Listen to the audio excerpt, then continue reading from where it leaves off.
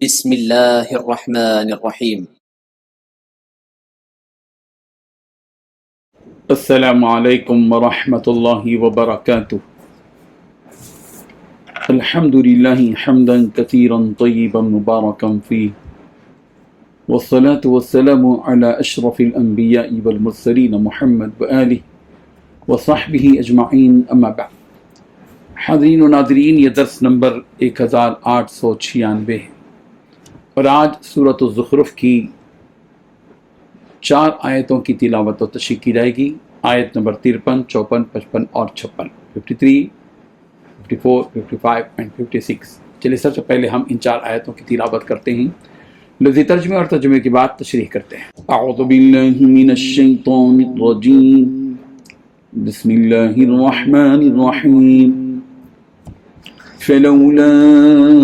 القی علیہ أسورة من ذهب أو جاء معه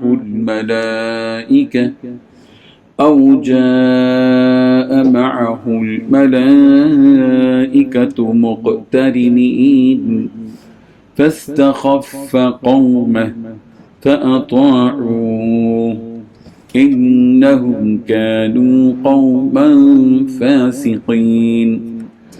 فلما آسفونا انتقمنا منهم فأغرقناهم أجمعين فجعلناهم سلفا ومثلا للآخرين صدق اللہ العظیم۔ لفظی ترجمہ یوں ہے، فلولا القیا، پھر کیوں نہیں ڈالے گئے، علیہ اس پر، اسورۃ کنگن، من ذہب سونے کے، او یا جاء آتے، معہ اس کے پاس، الملائکۃ فرشتے، مقترنین جمع ہو کر، فاستخفا چنانچہ اس نے ہلکا کر دیا، قومہ اپنی قوم کو، فاطاعوہ لہذا انہوں نے اس کی اطاعت کی، انہم بلا شبہ وہی کانوں تھے، قوم فاسقین نافرمانی کرنے والے لوگ، فلما پھر جب، آسفونا انہوں نے ہمیں غصہ دلایا، انتقمنا تو ہم نے انتقام لیا، منہم ان سے، فاغرقناہم پس ہم نے غرق کر دیا ان کو، اجمعین سب کو، فجعلناہم پھر ہم نے کر دیا ان کو، سلفاً گئے گزرے، ومثلاً اور مثال، للآخرین پچھلوں کے لیے۔ ترجمہ یوں ہے، بھلا اگر یہ پیغمبر ہے تو اس پر سونے کے کنگن کیوں نہیں ڈالے گئے، یا پھر اس کے ساتھ فرشتے پر باندھے ہوئے کیوں نہ آئے؟ اس طرح اس نے اپنی قوم کو بے وقوف بنایا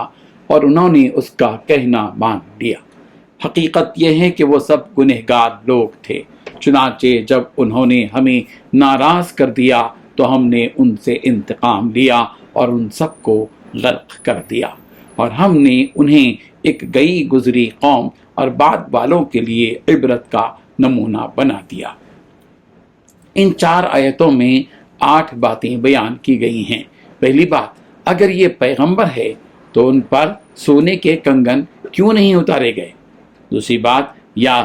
پھر فرشتے اس کے پاس اپنے پر باندھے کیوں نہیں آئے؟ تیسری بات، اس طرح اس نے اپنی قوم کو بے وقوف بنایا۔ چوتھی بات، اس کی قوم نے بھی اس کی یہ باتیں مان لیں۔ پانچویں بات، حقیقت یہ ہے کہ وہ سب گنہگار لوگ تھے۔ چھٹی بات، چنانچہ جب انہوں نے اللہ کو ناراض کر دیا تو اللہ نے بھی ان سے انتقام لیا۔ ساتویں بات، انتقام اس طور پر لیا کہ ان سب کو پانی میں ڈبو دیا۔ آٹھویں بات، اس طرح اللہ نے انہیں ایک گزری قوم اور دوسروں کے لیے سامان عبرت بنا دیا۔ بزرگان محترم، ان آیتوں میں بھی انہی باتوں کا تذکرہ ہے جو فرعون نے حضرت موسیٰ علیہ السلام سے متعلق اپنی قوم سے کہا تھا۔ چنانچہ فرعون نے یہ بھی کہا کہ اگر یہ واقعی نبی ہوتے، یہ موسیٰ اگر واقعی نبی ہوتے جیسا کہ یہ کہہ رہے ہیں، تو ان پر سونے کے زیورات اور کنگن وغیرہ آسمان سے کیوں نہیں نازل ہوئے؟ کیا اللہ تعالیٰ اپنے بھیجے ہوئے نبی کو فقر و فاقے کی اس حالت میں چھوڑ دیا؟ چلو اگر یہ مال و دولت ہی نہ صحیح، لیکن اگر یہ نبی ہیں تو ہمیں یہ تو نظر آنا چاہیے کہ آسمان سے فرشتے آ کر ان کے سامنے ہاتھ باندھ کر پر پھیلا کر جو ہے کھڑے ہوتے، تو پھر یہ کس بات کے نبی ہوئے؟ فرعون نے اس طرح کی باتیں کی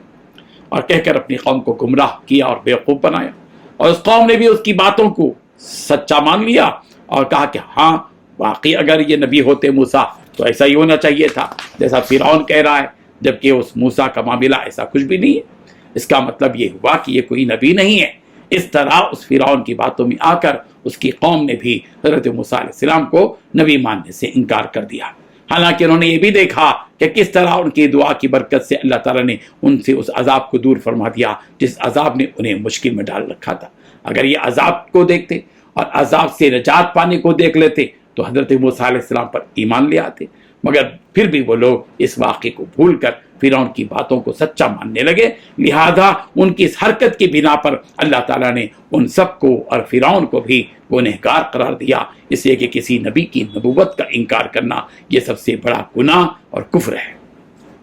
جس کا ارتکاب کر کے انہوں نے اللہ تعالیٰ کو ناراض کر دیا، اور اللہ کو ناراض کرنا اپنے آپ کا نقصان کرنا ہے، اور ان کا نقصان ہوا بھی کہ اللہ تعالیٰ نے ان کی اس حرکت پر پکڑ کی اور ان سے انتقام لیا، اس طور پر کہ ان تمام کو سمندر میں غرق کر کے رہتی دنیا تک ان کو عبرت کا سامان بنا دیا کہ جب کبھی کوئی اللہ کے احکامات کا انکار کرنا چاہے تو اسے اس گزری ہوئی قوم کی تباہی کو یاد کر لینا چاہیے۔ جب کوئی اس قوم کی تباہی، ان کی ہلاکت پر غور کرے گا تو وہ اللہ تعالیٰ کی نافرمانی کرنے کی ہمت نہیں کرے گا۔ سورہ بقرہ کی آیت نمبر 50 میں بھی اللہ تبارک و تعالیٰ نے اس واقعے کو بیان فرمایا، وَإِذْ فَرَقْنَا بِكُمُ الْبَحْرَ فَأَنْجَيْنَاكُمْ وَأَغْرَقْنَا آلَ فِرْعَوْنَ وَأَنْتُمْ تَنْظُرُونَ، کہ یاد کرو اس وقت کو جب ہم نے تمہارے لیے بنی اسرائیل سمندر کو چیر دیا اور تمہیں اس سے نجات دی، پھر کہ فرعونیوں کو ہم نے اسی سمندر میں غرق کر ڈالا اور تم دیکھتے ہی رہ گئے۔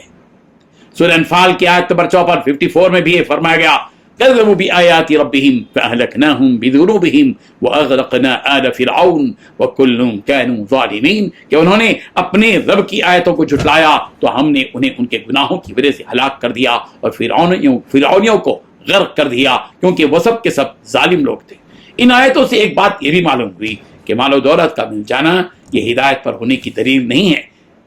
کہ ہم سوچنے لگے کہ اس کے پاس زیادہ دولت ہے اور اللہ اس کے اعمال سے راضی ہے، اسی وجہ سے اسے بکثرت مال و دولت عطا کیا گیا ہے، جیسا کہ فرعون اس کی قوم نے یہ خیال کیا تھا، جبکہ خیال غلط ہے، کیونکہ اگر مالداری ہدایت پر ہونے کی دلیل ہوتی تو اللہ تعالیٰ نے انبیاء کے قدموں میں ساری دنیا کو اور دنیا کی ساری دولت کو ڈال دیتا، مگر ہم دیکھتے ہیں کہ چند انبیاء کے علاوہ اکثر انبیاء فقر و فاقے سے دوچار تھے، بلکہ جو حق پر ہوتا ہے فقر و فاقہ اس کے حق میں زیادہ آتا ہے۔ حضرت عبداللہ ابن مغفل رضی اللہ عنہ سے مروی ہے کہ ایک صحابی رسول رحمت صلی اللہ علیہ وسلم کے پاس آئے اور انہوں نے آپ صلی اللہ علیہ وسلم سے فرمایا، یا رسول اللہ میں آپ سے محبت کرتا ہوں۔ یہ سن کر آپ صلی اللہ علیہ وسلم نے ان سے کہا کہ غور کر لو جو کچھ تم کہہ رہے ہو۔ اس آدمی نے پھر سے یہی کہا اور آپ علیہ الصلوۃ والتسلیم نے بھی انہیں یہی جواب دیا۔ 3 مرتبہ اس طرح کہنے کے بعد آپ صلی اللہ علیہ وسلم نے اس آدمی کو جواب دیا کہ پھر تو تم فقر کی چادر اوڑھنے کے لیے تیار ہو جاؤ۔ اللہ اکبر، اس لیے کہ جو مجھ سے محبت کرتا ہے اس کے پاس فقر اتنی تیزی سے دوڑ کر آتا ہے جتنی تیزی سے سیلاب کا پانی بھی نہیں آتا۔ اللہ اکبر، لہذا ہم کسی آدمی کی دولت کو دیکھ کر دھوکہ نہ کھائیں، جیسا کہ حضرت عقبہ بن عامر رضی اللہ عنہ کی روایت ہے کہ رسول اللہ صلی اللہ علیہ وسلم نے فرمایا کہ تم دیکھو کہ اللہ تعالیٰ نے اپنے کسی بندے کو وہ سب کچھ دیا ہے جو وہ چاہتا ہے، جبکہ وہ بندہ گناہوں پر قائم ہے، تو سمجھ لو کہ یہ اللہ تعالیٰ کی طرف سے اس آدمی کے لیے ڈیل ہے۔ اس حدیث سے ایک نکتہ یہ بھی نکل کر آتا ہے کہ اگر آپ دیکھو کہ کوئی آدمی مالدار ہے اور وہ گناہ پر گناہ کرتا جا رہا ہے تو ایسے آدمی کو دولت کا ملنا اس کے لیے اللہ کی جانب سے ڈیل ہے، تاکہ وہ اس دولت پہ مگن ہو کر آخرت سے غافل رہے اور قیامت کے دن اس کی پکڑ کی جائے۔ لیکن جب آپ کسی آدمی کو یہ دیکھو کہ اس کے پاس مال و دولت کی کثرت ہے اور وہ نیک صفت آدمی ہے، تو اس کا مطلب یہ ہے کہ اللہ نے اس پر یہ انعام فرمایا ہے۔ ہر دفعہ دولت اللہ کی طرف سے ڈھیل نہیں ہوتی، بلکہ وہ نعمت بھی ہوتی ہے جو دولت وہ اپنے نیک بندوں کو عطا کرتا ہے۔ اللہ تبارک و تعالیٰ ان آیات سے سبق حاصل کرنے کی توفیق عطا فرمائے، آمین۔ وآخر دعوانا ان الحمد للہ رب العالمین۔